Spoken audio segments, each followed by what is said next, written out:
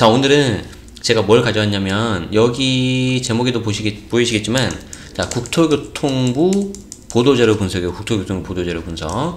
가지고 특히 이제 편법 증여 및 그리고 이제 법인 자금 유용 등 주요 통보 사례 요거 볼 거고요. 여기에서 이제 제가 관련 기사를 이제 하나에서 2개 정도 이렇게 좀 보려고 합니다. 그래서 오늘 예상하는 시간은 분석 시간 한 대략 한 40분 정도 생각하고 있어요. 7시 정도까지는 끝낼 수 있을 것 같은데, 뭐 늘 아시지만 삘 받으면 더 한다. 하지만 너무 늦게 할 수는 없어요. 오늘 이제 제가 우리 세금 정규 수강생들을 위한 또 라방을 또 한번 해야 되기 때문에 그건 제 개인 다른 채널에서 할 거예요. 자, 그래서 자 봅시다. 마미준님 뇌가 활성화되고 있습니다. 옛날에 혹시 MC 스퀘어라고 알아요? MC 스퀘어? 막 귀에다 꽂고 이렇게 디디디디 막 듣는 소리 있는데, 자, 이제 그런 것처럼 한번 해보도록 하겠습니다. 네, 자, 많이 인사들 주시는데, 제가 끝나고 할게요. 자, 봅시다.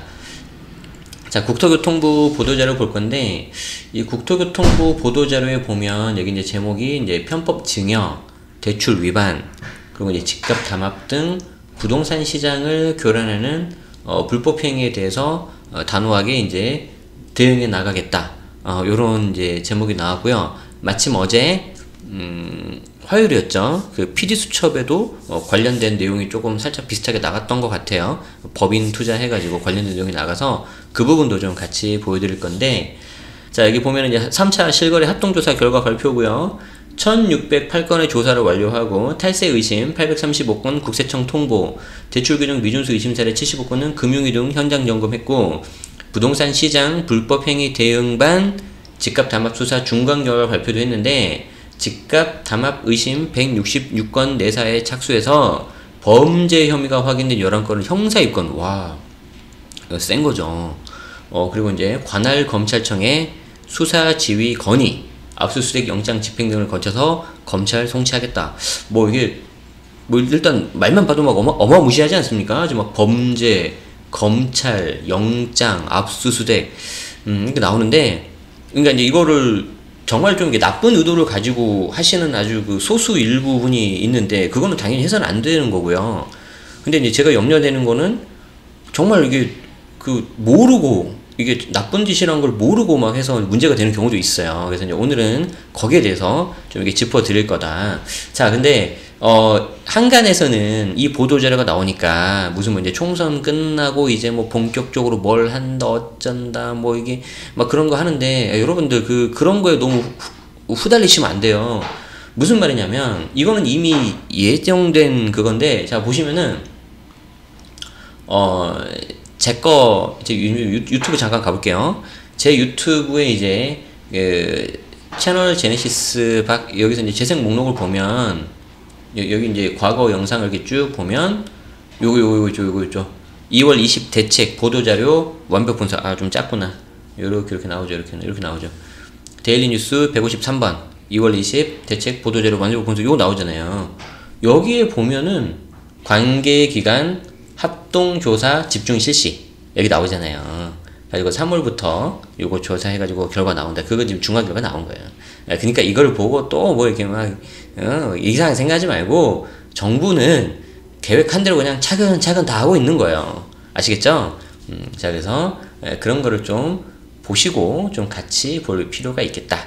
자, 그래서 이 보도 자료가 무려 19페이지인데 19페이지를 뭐 지금 다 볼 수는 없고, 이 19페이지 중에서 우리가 관심 가져야 되는 거, 지금 하얀색은 글씨요, 까만 거는 글씨라, 하얀색은 종이요, 까만색은 글씨라, 막 글씨가 엄청 많아요. 그래서 이제 이거를 지금 다 볼 수는 없고요. 여기 이제 보면 중간중간에 이제 알아보기 쉽게 3차 실거래 합동조사 결과, 뭐 조사 진행 결과 나오고, 뭐 조사 대상 세부 내용 이렇게 나오고, 뭐 보면은 뭐 서울이 1426건이고 1694건 중에서 1426건이니까 엄청 많은 거잖아요. 그쵸? 84%. 그리고 거래 금액별은 이제 9억 이상이 이제 33%, 6억 미만 또 뭐 좀 있긴 있네.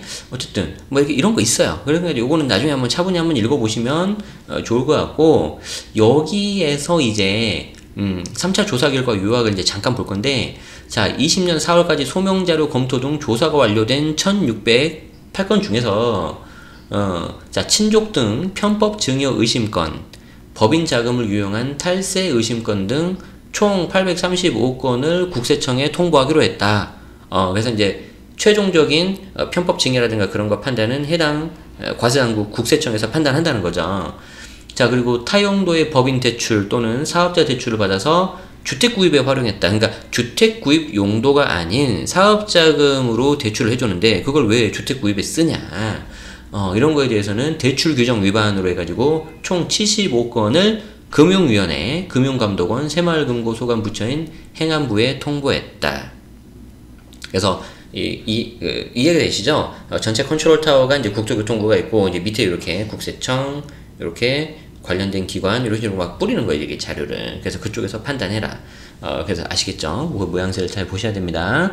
자, 그리고 부동산 실권리자 명의 등기에 관한 법률상 금지 행위인 명의 신탁 약정 등이 의심되는 2건은 경찰청에 통보했다. 와, 경찰이 왜 나오지? 경찰청에 해가지고 이제 형사입건 한다는 거죠. 장난 아니죠. 자, 그래서 한번 어떤 내용인지 보도록 하겠습니다. 자, 그래서 국세청 주요 통보 사례 이거를 좀 보려고 하는데, 자, 중간중간에도 계속 들어오시네요. 제가 일일이 다 인사 못 드린 거는 양해 말씀드립니다. 우리 분석 이제 할 거고요. 한 30분 정도 분석할 거고, 이제 끝나고 나서 실시간 질의응답 받을게요. 그리고 실시간 질의응답은 따로 영상에 올라가진 않습니다. 자, 보시면 소득 없는 미성년자에 대한 편법 증여 의심이다. 자, 봅시다.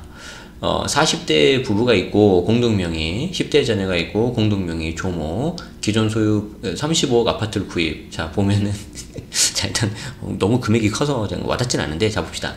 자, 10대 A는, 자, 이게 10대 자녀인 거죠. 부모님과 공동명의로 강남구에 약 35억의 아파트를 구입했다. 강남에 있는 35억짜리 아파트를 이 부모님하고 공동명의했다. 자, 기존에 할머니가 공동명의로 소유하던 15억의 주택을 매각해서 자금 조달했다. 자, 이해되시죠? 자, 35억짜리를 엄마, 아빠, 그리고 자녀 이렇게 3명이서 공동명의를 했는데, 단순히 지분이 3대 1이라고 하더라도 35억이면 3분의 1이니까 몇 억이에요? 35 나누기 3 하면 한 12억 정도 나오죠? 12억을 이 10대 자녀가 돼야 되는 거죠. 자, 돈이 있다 없다? 없는 경우가 99.9%죠. 근데 이걸 자금 출처 조달을 뭘로 명기를 했냐면, 옛날에요, 제가 할머니랑 공동명의 해가지고요, 부동산 샀는데요, 이때 이 부동산을 15억에 팔았어요. 이 15억에 판 거를 이쪽에 넣었어요 라고 하는데, 야, 이건 좀 아니지 않냐. 그래서 친족 등이 소득 없는 미성년자에게 기존 소유한 부동산을 편법 증여한 걸로 의심이 된다라고 이제 국세청에 통보했다는 거죠. 그러니까 이제 실제 이제 나와 봐서 정말 편법 증여가 맞는지는 이제 국세청이 판단할 건데, 거의 뭐 아주 높은 가능성으로 되는 거 아니겠습니까? 그쵸? 그래서 그거를 여러분들이 아셔야 된다. 아시겠죠? 자, 그래서 특히 여러분들이 이제 조심해야 되는 게 뭐냐면, 미성년자 자녀 명의로 주택을 구입할 때 당연히 단독 구입은 뭐 더할 나위 없고요. 공동명의인 경우에도 사후에 과세당국에 점검을 받을 성이 많다. 그래서 그냥 이거는 정말 있는 그대로 관련된 자금을 다 투명하게 하면서 제일 좋은 거 뭐냐면 증여세 신고를 확실하게 하시는 게 제일 좋아요. 그래서 증여세 신고하고 그에 따른 세금을 확실하게 내는 게 제일 높다. 제일 낫다. 아시겠죠? 네. 자, 첫 번째 케이스. 자, 두 번째. 자, 증여세 탈루 목적의 가족 간 거래. 자, 봅시다. 자, 부부관계인 이 B와 C, 이제 A, 익명이니까 A, B, C 이렇게 쭉 가는 거예요. 뒤에 K까지인가 있을 거야. 그리고 남편하고 이제 부인, 이렇게 있는데, 시세 약 32억의 서초구 소재 아파트를 매수했다. 공유 지분을 남편이 10분의 1, 10%, 그리고 부인이 90%를 했는데, 자, 그러면 지분이 9대 1이죠. 자, 그러면 이게, 여기가 9야. 9면 돈도 얼마 내야 돼? 90% 내야지. 여기가 1이야. 그럼 얼마 내야 돼? 돈 10% 내야 되는 거죠. 그럼 32억이니까 10%는 3억 2천. 나머지 90%는 32억의 90%를 한 28억 9억을 내야 되는데, 봤더니 실제 부담 금액은 남편이 16.3, 부인이 15.7을 했다. 그럼 지분이 틀어진 거잖아요. 거의 5대5잖아요. 그렇기 때문에 이 경우에는 부인에게 13억 정도를 편법 증여한 거 아니냐. 그러니까 지분 따라 자금이 똑같이 가야 되는 거예요. 아시겠죠? 아시겠죠?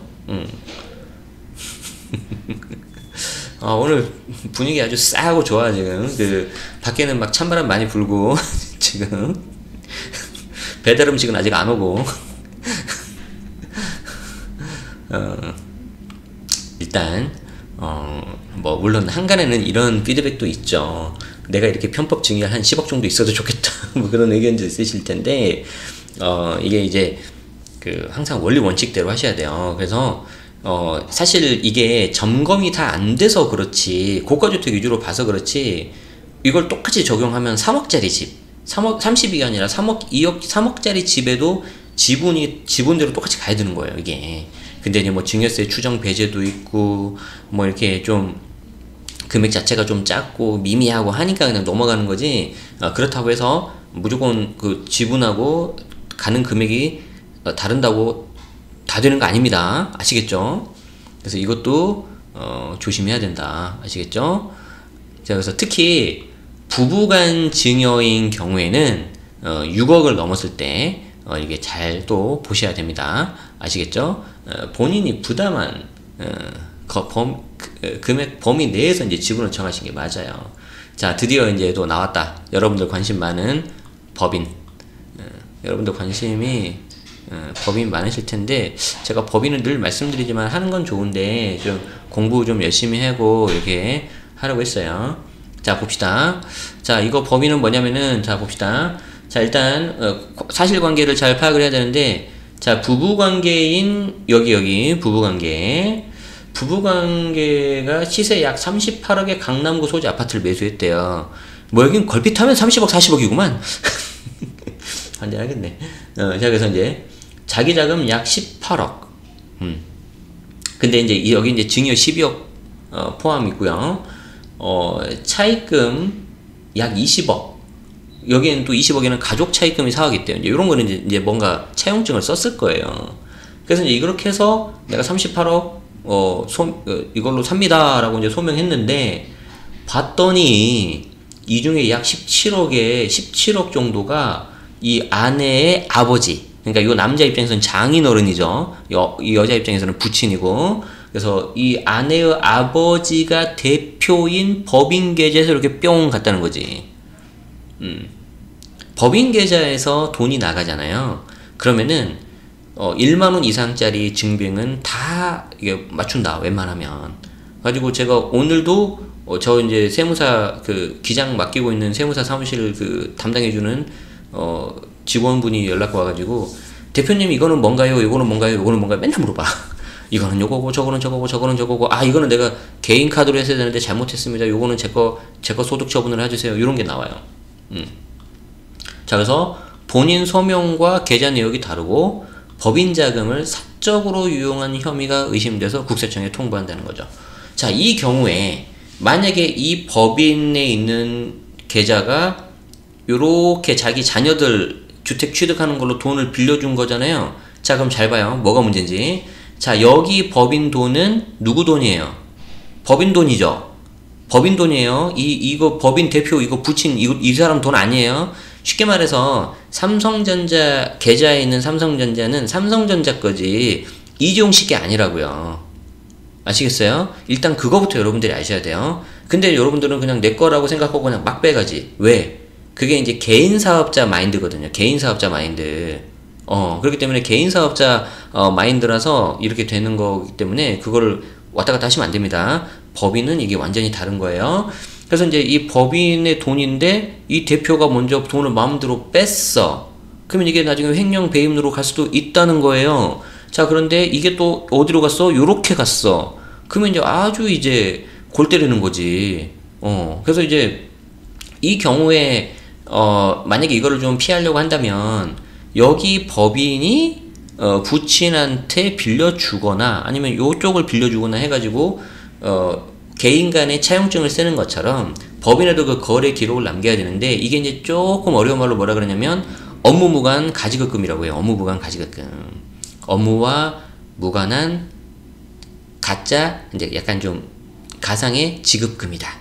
해가지고 내가 잠깐 빌려줄게 라는 이런 식으로 가는 거죠. 자, 그러면은 자, 여러분들이 내가 은행에 가든 아니면 내가 모르는 사람한테 돈을 빌릴 때 내가 돈 누가 빌려줘 안 빌려줘? 안 빌려주잖아요. 그걸 내가 빌렸을 때 공짜로 가져올 수 있다 없다? 없다. 뭐 내야 된다? 이자 내야 되잖아요. 이자. 그 대출금이니까 이자 내야 되잖아요. 그 이자를 누구한테 내야 돼? 법인한테 줘야 되는 거예요. 이게 이제 법정 이자율 4.6% 내야 돼. 4.6%. 그래서 그거 안 내면은 이거 이제 문제가 돼요. 가지고 이제 이거를 이제 4.6% 정도 내야 되는데 이거 지금 17억이잖아요. 17억. 17억이면은 이자 얼마일까? 17억이면은 여기에 4.6% 계산하면은 이자가 한 7,800 정도 나오네. 7,800 정도. 요거를 이 부부가 계속 이쪽으로 법인한테 돈을 갚아야 되는 거예요. 7,820이니까 나누기 12 하면은 한 달에 651만원씩. 651만원씩 매월 이쪽 해당 법인에 갚아야 된다. 아시겠죠? 자, 계산기 두드리는 똑똑한 방송 채널 제네시스 박입니다. 좋았어. 자, 그리고 이 경우에 이제 좀 이제 어려운 더 이제 좀 더 어려운 말인데 내가 이렇게 해가지고 그 법인이 이쪽으로 해서 업무무관 가지급금 주고 여기에 대해서 뭐 대출 받고 뭐 해야 되는데 요 그 법정 이자도 나중에 이쪽에서 뭐 했을 때 뭐 비용 처리가 안 되고 막 그럴 때가 있어요. 그래서 쉽게 말해서 아까 제가 잠깐 말씀드렸지만 법인에서 빠져나간 돈이 뭔가 이렇게 비용 처리가 안 되잖아요. 그럼 이제 법인의 비용이 아니라고 해서 송금불산입이라고 해서 송금불산입. 송금불산입. 아, 무슨 말이야 도대체. 송금불산입. 쉽게 말해서 비용이 아니라는 의미. 자, 그런데 이게 이제 무서운 게 뭐냐면 비용이 아니라고 해서 비용 처리가 안 되는다 끝나는 게 아니라 이거를 소득 처분을 해야 돼요. 소득 처분을. 가지고 이게 도대체 누구 거야 그러면 이 돈이. 그러면 이 돈이 받더니 요쪽으로 갔다 그러면은 요 대표자의 뭐 예를 들어서 뭐 상여 등으로 갈 수가 있어요. 그럼 이 사람은 돈으로 다 돼가지고 이쪽에 세금이 다 가요.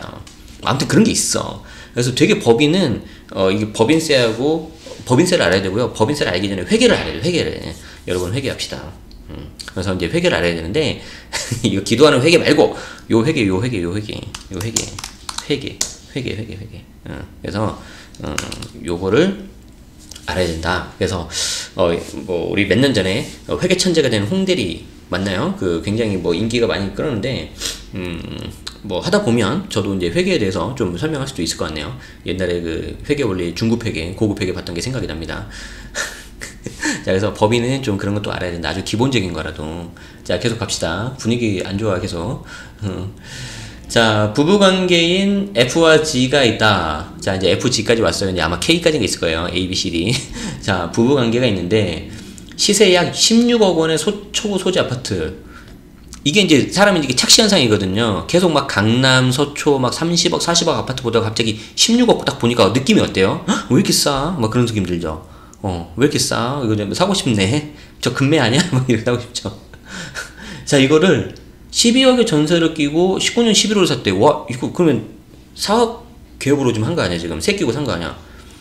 야, 이거 괜찮은데? 4억이면 어떻게 막 우리 연끌 해보면은 전세 보증금 빼고 나 월세 살고 그러면 좀 나올 수 있잖아요. 게다가 서초 강남이래. 갑자기, 야, 이거 괜찮은데, 이거? 어딜까, 여기? 갑자기 제밥에 관심 있는. 자, 어쨌든, 웃자고 한 소리고요. 어쨌든 이제 이렇게 해서 4억을 내가 돈을 가지고 있고, 세를 끼고 살 수는 있죠. 살 수는 있는데, 자, 봅시다. 20년 2월 전세 계약이 종료가 되고 매수인이 대표자로 있는 법인의 계좌에서 약 12억의 돈을 이체해서 임차인에게 보증금을 산 거야. 야, 이건 아니지. 자, 보세요. 우리 이 앞에 사례를 배우고 요거 보니까 딱 보자마자 어떤 생각이 들어요. 이 녀석 법인 돈을 함부로 빼갔네. 딱 바로 나오죠. 그래서 지금 이 보증금은 이 전세, 임차인, 세입자에게 돌려줘야 되는 돈은 누가 줘야 되는 거예요? 요 아파트를 산 이 부부 개인 명의가 이렇게 줘야 되는 거잖아요. 근데 얘들이 돈이 없으니까 요 법인행 계좌에 있는 돈에서 이렇게 쭉 와가지고 이렇게 줬다는 거지. 아니지, 그렇게 하면 안 되지. 그렇게 되면은 이거는 큰일 난다. 아시겠습니까? 자, 그래서 앞에 여기 위에서 봤던 사례하고 똑같아요.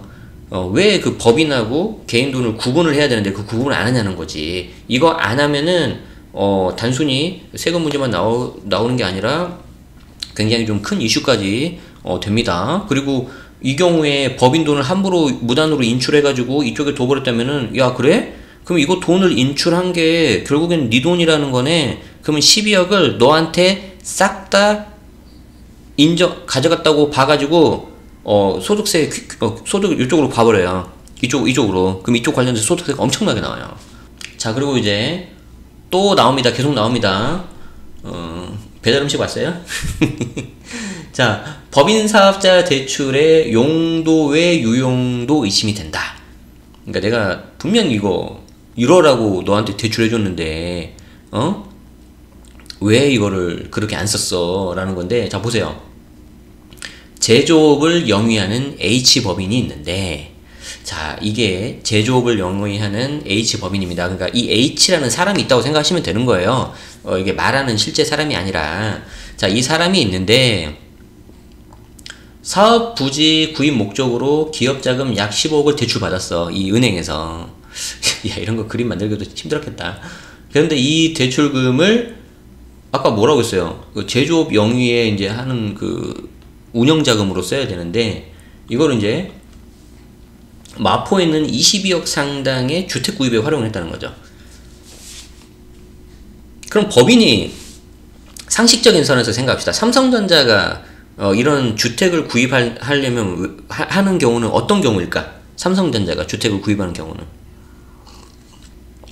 아니, 뭐 삼성전자가 지금 갭 투자하겠어요 지금. 그게 아니고, 삼성전자가 이런 집을 구입하는 거는 해당 지역에 있는 직원들한테 뭐 사택으로 제공하거나 기숙사로 쓰거나 뭐 그런 걸 하려고 하는 거 아니에요. 맞죠? 근데 이 경우에도 만약에 그런 거라면 넘어갈 수 있을지 몰라요.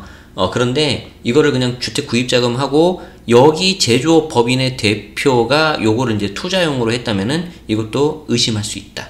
그런데 이 법인 자금으로 했다면 문제가 안 될 수도 있어요. 그리고 해당 법인이 매매업이라면, 부동산 매매업이 있다면. 그런데 그게 아니고 제조업이고, 상대적으로 이제 여러분들 법인 해보시면 아시겠지만 대출은 제조업이 되게 잘 나와요. 제조업이 대출이 잘 나오는데, 요 경우에는 그런 용도로 줬는데 결국에는 대표자의 투자 목적으로 했다 그러면 이것도 문제 될 수 있다고 해서 이제 국세청에다가 통보가 간 거예요.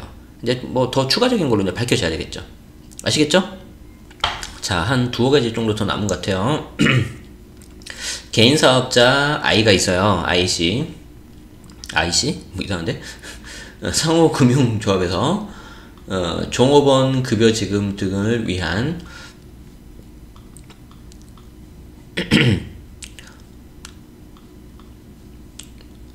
저 경우 벌금 처리냐고요? 이거 잘못하면, 이 경우에 잘못하면 이거 대출 회수돼요. 그럼 예를 들어서 이거 대출, 이거 주택 구입에 하고 뭐 선순위 대출 끼고, 아니면 뭐 갭 투자 한 용도인데 이거 대출 회수돼 버리면 어떡할 거예요? 이 사람, 여기 대표가 다 물어내야 될 텐데. 그러다 이제 망하는 거지.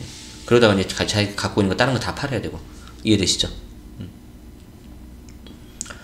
개인사업자 대출의 용도 외 유용 등 의심. 자, 개인사업자 IC가 상호금융조합에서 종업원 급여 지급 등을 위한 운전자금 명목으로 12억을 대출받았는데, 그러니까 이제 은행에 가서 제가 월급도 좀 줘야 되고 운전자금이 필요하니까, 이게 쉽게 말해서 좀 회사 돌릴 돈이 좀 필요하니까 12억을 좀 대출해주세요 하고 대출을 해줬는데, 그 12억을 용산에는 46억 상당히 해줬대고요. 우리 회사는 엄청나게 복리후생이 뛰어나서 용산에 있는 46억짜리 주택에 사람들을 우리 직원들을 기숙할 수 있게 하겠습니다. 그런 회사라면 모르겠는데 그런 거 아닐 거예요. 그러면 어떻게 된다? 대출금이 회수해서 토해내야 될 수도 있다. 그렇게 되는 거죠. 자, 그리고 이제 마지막 사례인데요.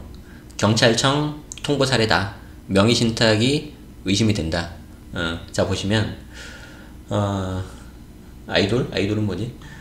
자, 이거 좀 복잡해. 이거 좀 복잡해. 자, 보시면, 이 동생 명의로, 4억짜리 아파트를 구입을 했는데, 이 동생 명의 4억짜리 아파트를 구입을 하는데, 그 자금의 90% 한 3억 6천 정도를 언니가 빌려줬대, 언니가, 야, 내가 한 90% 줄 테니까, 집 좀 한번 사. 하고 동생이 한 거죠. 여기까지만 보면 아주 훌륭한 언니라고 그냥 훈훈한 가족 드라마로 그냥 끝날 수가 있었는데, 나중에 얘가 이제 아파트를 매도해서 5억 8천이 된 거죠. 이제 투자의 귀재였던 거예요, 이제 그 언니가.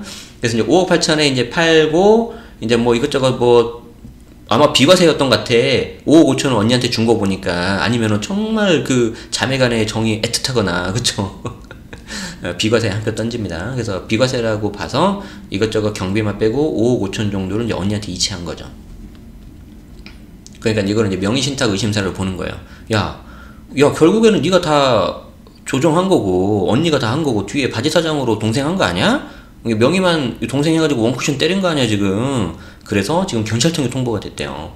자, 이와는 별개로 이 언니 K씨가 성남 분당에 있는 10억 정도의 주택을 구입을 하면서 빌려준 돈을 상환받았다고 소명했는데 이자 수취 내역이 없어서 편법 증여가 의심된다.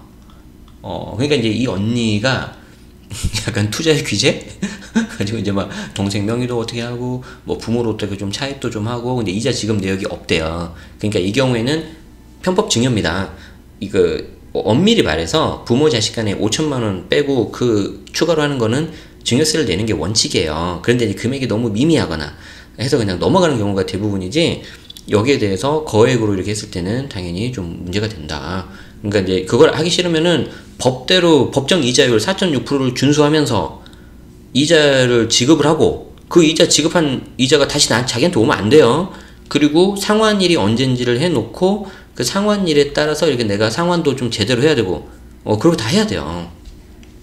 그래서 이렇게 해야 됩니다. 아시겠죠?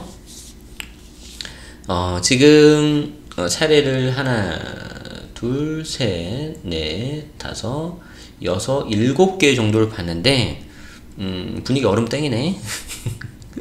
근데 여러분들이 좀 잘 아셔야 돼요. 그리고 이제 집값 담합 수사 중간 결과도 있고요. 요거에 대해서는 제가 별도로 따로 보지는 않을 거고, 제가 굳이 설명 안 해도 아시겠죠? 그래서 이제 이런 거는 하시면 안 되고, 특히 이제 뭐 이런 것들 이렇게 막 그 여러분들 단톡방에도 있고, 그런 거 있을 텐데, 그런 거 하실 때, 막 이런 거 좀 유도하거나 그런 거 하시면 안 돼요. 그래서 이제 뭐 이런 거 한번 나중에 제가 자료는 드릴 테니까 한번 보시면 어떨까 싶고요. 이제 우리 이제 향후 요거 봐야죠. 향후 실거래 조사 및 수사 계획. 그래서 실거래 조사 계획. 그래서 이제 부동산 실명제가 있고, 이제 당연히 거래에 대해서는 그 신고제가 들어가니까, 그래서 이제 여기에 대해서도 계속해서 하겠다. 그런 거예요. 그래서 주요 집값 과열 지역, 그리고 증여성 매매, 법인 개입 등에 대한 기획조사도 실시. 자, 그러니까 이게 별거 아닌 것 같지만 많은 걸 함축하고 있어요. 집값 과열 지역. 자, 그러니까 요건 좀 적읍시다. 향후 집값 과열 지역. 그러니까 이제 여러분들이 생각하는 거기 뭐 강남 뭐 마용성 뭐 그런 거 있잖아요. 뭐 그런 거. 그리고 이제 증여성 매매, 그리고 법인 개입 등. 그래서 기획조사도 실시할 계획이다. 그러니까 이제 좀 더 꼼꼼하게 해가지고 하겠다는 거죠. 그렇기 때문에 그런 거 좀 조심하셔야 되고요. 부동산 범죄 수사 계획 뭐 이런 것도 있네요. 근데 여기 계신 분들은 뭐 이런 거를 생각하시라고 저는 생각하지 않습니다. 자, 그래서 어쨌든 부동산 투기 및 불법 행위에 단호하게 대응해 나가겠다. 그렇죠. 사실 뭐 이런 거는 해야죠. 그래서 이제 여기 이제 보면은 향후 이제 정부가 이제 어떻게 할지에 대한 내용들이 좀 나와 있는데, 여기 보시면 자, 이거는 좀 우리가 봐야 되겠다. 자, 그래서 이제 요거 보세요. 대응반 출범에 따라서 관련 기관들 주요 조사기관이 함께 수사 조사를 할 수 있게 돼서 부동산 불법 이상거래 적발 능력이 매우 높아졌다. 그러니까 이제 약간 자신감의 표현인 거죠. 너희들 다 보고 있어. 어설프게 하지 마. 맞아요. 그러니까 어설프게 하지 마세요. 그런 거 하지 마세요. 그리고 그래서 강도 높은 부동산 관련 범죄 행위 수사와 실거래 조사 계속 할 거다. 그렇죠. 그리고 뭐 이런 거 나오고 있고요. 특히 이제 요거 보세요. 아울러 실거래 신고 내역 분석 결과 최근 수도권 비규제 지역을 중심으로, 그러니까 이제 풍선 효과가 어느 정도 예상이 되는 비규제 지역, 뭐 예를 들어서 다른데 어차피 수도권은 서울, 경기, 인천이니까 뭐 마용성이 뜨니까 그 다음에 그 밑에 동생이 누가 있어요? 수용성. 그래가지고 내가 이거 무슨 뭐 수용성 비타민이냐 무슨 지용 막 그랬었잖아요. 막 그런 것도 있고, 그 외에 이제 또 하니까 또 뭐 있는데 이름은 내가 까먹었다. 무슨 뭐 김포 뭐 평택 어제 막 나오잖아요, 그런 게. 그래서 이제 거기에 대해서도 이제 계속 하겠다. 그리고 뭐 할 거고, 특히 자 보세요. 수도권 비규제 지역 등을 중심으로 부동산 매매법인 등 법인의 주택 매수 비중이 지속 증가하고 있는 것으로 파악됐다. 그래서 여기 보시면 군포 보시면은 1.2에서 3.6, 8.0 늘어나고 있고요. 화성 0.4에서 9.7로 이렇게 좀 늘어나고 있고, 인천 연수, 부평 이렇게 되고 있습니다. 뭐 어떻게 보면 아이러니하게도 지금 현재 투자자들이 많이 가는 지역으로 알고 계시면 되는데, 그런 것들도 들여다보고 있다라는 거예요. 자, 그래서 개인에 대해서 적용되는 대출 세제상의 규제를 회피하기 위한 것으로 의심되는 부동산 매매법인 등의 거래 동향을 예의주시하고 있다.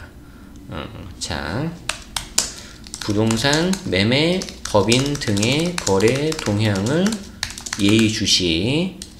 그래서 특히 법인세 탈루, 대출 규정 위반 등 불법 행위에 대해 적극 대응해 나갈 것임, 이렇게 나오는데, 자 일단 여기까지가 보도자료고요. 일단 여기까지가 보도자료고, 이 보도자료를 뒷받침하는 뉴스 잠깐만 볼 건데, 여기 나오죠.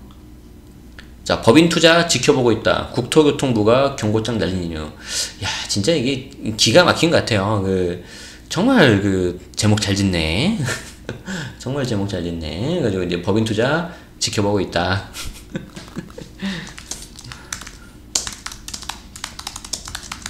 국토교통부가 경고장을 날렸습니다. 그렇기 때문에 너무 무리한 투자라든지 좀 이게 원래 용도가 아닌 거를 좀 한다든지 그런 거는 좀 조심할 필요가 있을 것 같고요.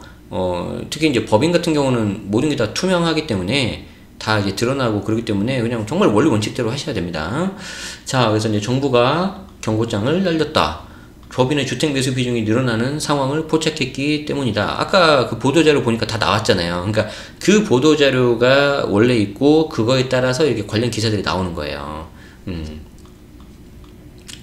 자, 그래서 개인이 대출 세금 회피 목적으로 법인을 설립한 뒤에 이를 통해 부동산 투자에 나선 것을 부정적으로 보고 있어서 법인이 결국에는 이제 투자 목적으로 이제 나서게 됐다는 거죠. 근데 특정 지역의 주택을 매수한다 해도 정해진 규정을 따른다면 제재할 방법이 없어 단속에 한계가 있다는 지적도 나온다. 사실 이 말도 맞아요. 그래서 이제 좀 예상되는 것 중에 하나가 이제 토지 등 양도차익에 대한 추가 법인세를 과거처럼 또 올릴 거냐, 뭐 그런 내용도 좀 예상되고 있긴 한데, 그러면 좀 정말 재미없어지죠. 자, 그래서 여기 나왔던 우리가 봤던 내용이 요거예요. 아까 봤던 거. 그래서 3차 실거래 합동조사 결과 계속해서 요거는 할 것 같아요. 국토부에 따르면 법인 매수 비중은 인천 부평에서 가장 두드러지게 나타났다는 게, 투자자들이 제일 많이 갔다는 거 이게. 경기도 화성도 비슷한 상황이다. 자, 그래서 개인에 적용되는 대출 세계상의 규제를 회피하기 위한 걸로 부동산 매매법인 등의 거래 동향을 지켜보고 있다. 자, 그래서 이제 법인을 이렇게 하는 이유가 아파트를 팔 때 개인 양도세는 기간 그리고 금액에 따라서 6에서 42%의 이제 양도세가 적용이 되는데, 물론 기간이 너무 짧으면 50%, 40% 이렇게 나오기도 하죠. 그리고 이제 양도세가 중과가 되는데, 법인은 보유 기간과 상관없이, 그러니까 오늘 사서 내일 팔더라도 그 차익에 대해서만 10에서 22%의 법인세를 내서 그래요. 그래서 10에서 22%의 법인세를 납부하면 되기 때문에 이제 요것만 보고 이제 솔깃한 거죠. 야, 괜찮은데? 라고 하는데, 아까도 말씀드린 것처럼 이 개인과 법인을 명확히 구분하셔야 되고, 이 법인에 있는 돈을 이렇게 개인으로 가져올 때 이 개인의 또 소득세가 과세가 돼요. 급여로 가져오면 근로소득세, 배당으로 하면 배당소득세, 뭐 이런 것들이 과세가 되기 때문에 그냥 막 빼는 게 아니다. 아까 봤잖아요. 우리 사례 봤잖아요. 막 빼면은 문제가 있을 수 있다. 문제가 있다. 그렇다는 거죠. 종부세 부과 대상이 아니라고? 잠깐만. 이건 잘못되는데? 이거 어디야? 한국경제. 아, 뭐야. 이거는 좀 여러분들이 오해하시면 안 돼요. 법인으로 샀다고 해서 종부세 부과가 안 되는 게 아니고, 그냥 명의가 나눠지니까 종부세가 좀 줄어든다는 거지, 종부세 부과 대상이 안 되는 건 아니에요. 종부세 부과 대상이에요. 이거는 뭐 이제 일부 뭐 이렇게 등록을 하거나 그런 식으로 하면 회피할 수는 있는데, 종부세 이렇게만 써버리면은 법인으로 하면 무조건 종부세가 안 나온다고 생각을 하지, 사람들이. 이러면 안 되지. 누구야 이거, 최진석 기자님. 이러면 안 되지. 장점만 있는 건 아니다. 법인이 주택 매도를 통해 수익을 낼 경우 수익을 환수할 때 배당소득세 부과한다. 이거는 배당을 했을 때 그런 거고, 그리고 이제 급여를 하면 근로소득세가 나오는 거고. 여기 나오죠. 법인 대표로 해도 개인이 법인에 대한 환불소득은 처벌받을 수 있다. 그래서 우병탁 세무사님은 법인을 통해 부동산 투자에 나서면 당장의 세금을 앓힐 수 있지만 투자 수익을 개인이 다시 회수하는 게 쉽지 않다. 때문에 섣불리 법인을 설립해서 투자에 나서는 건 금물. 그러니까 이제 제가 뭐 특정인에 대해서 뭐라고 하는 건 아니고, 뉘앙스를 잘 봐야 돼, 뉘앙스를. 그래서 지금 우병탁 세무사님도 있고, 뭐 다른 뭐 이렇게 많이 나오시잖아요. 김종필 세무사님도 계시고, 이제 전문가들이니까 이제 언론에서 이제 인용해가지고 나오는데, 그 전문가 분들이 한 몇 달 전만 하더라도 법인에 대한 뭐 절세 효과가 있어서 뭐 이렇게 좀 많이 할 것 같다 하고 막 이렇게 하다가, 지금은 약간 좀 세졌죠. 법인을 설립해 투자에 나서는 건 이제 금물, 이제 금물 나서 금물. 그러니까 요런 뉘앙스를 이렇게 좀 보면서, 야, 이제 조금 내가 조심해야 되겠구나. 그래서 계속 내가 법인을 투자했던 사람이라면은 더 원리 원칙대로 기장해주고 있는 세무사하고 꼭 상담을 하시면서 하셔야 되고요. 이제 내가 좀 하시려는 분들은 한번 좀 지켜볼 필요도 있다 라고 저는 생각을 합니다. 아시겠죠? 좋아. 그래서 이제 요런 기사들이 막 계속 나오고 있는 거예요, 지금 이제. 뉴시스에서 나온 건데, 여기 보시면 나온 거죠. 조세 회피 수단 전락, 3월 법인 아파트 매수 14년만 최다. 조금 이제 좀 뉘앙스가 좀 앞에하고 좀 다르죠. 뭔가 좀 격앙된 느낌이 들지 않아요? 마치 어떤 느낌이 들죠? 야이씨, 나는 어차피 법인 투자 어차피 하지도 못하는데 너희들 한번 죽어봐라. 약간 그런 느낌 들지 않아요? 그러니까 이제 이 기사를 볼 때 사람이기 때문에 감정이 들어갈 수밖에 없어요. 그래서 그런 것도 좀 걸으면서 좀 봐야 돼요. 자, 그래서 보시면은 법인 전년비 5.6배, 다주택 정부규제 포착되자 주택수 늘리지 않고 법인 매수, 국토부 예의주시 중 불법 행위는 없다는 이례적 경고 나서, 막 무시하게 좀 무시무시하게 좀 써놨잖아요, 그죠? 그래서 아까 내용은 앞에 내용하고 비슷하다. 한국경제에서 본 거하고. 여기도 한번 봅시다. 여기는 그런 거 안 나오네. 뭐 종부세가 뭐 안 나온다는 뭐 그런 말은 안 나오네. 좀 세제적인 거는 안 나왔어요. 그래서 이제 좀 이게 경각심을 갖기 위한 걸로 있는데, 일단 요렇게 보겠습니다. 어떠셨나요? 오늘 좀 많이 봤죠? 보도자료도 봤고요. 그리고 관련된 기사 두 개도 간단히 좀 봤어요. 긴 시간 함께 해주셔서 감사하고요. 저는 또 내일 뵙도록 하죠. 구독하고 알람 해주시면은 갑자기 기술 라방 때도 보실 수가 있으니까 참고해주시고, 좋아요 한 번씩, 구독 한 번씩 부탁드리겠습니다. 고맙습니다. 빠이빠이.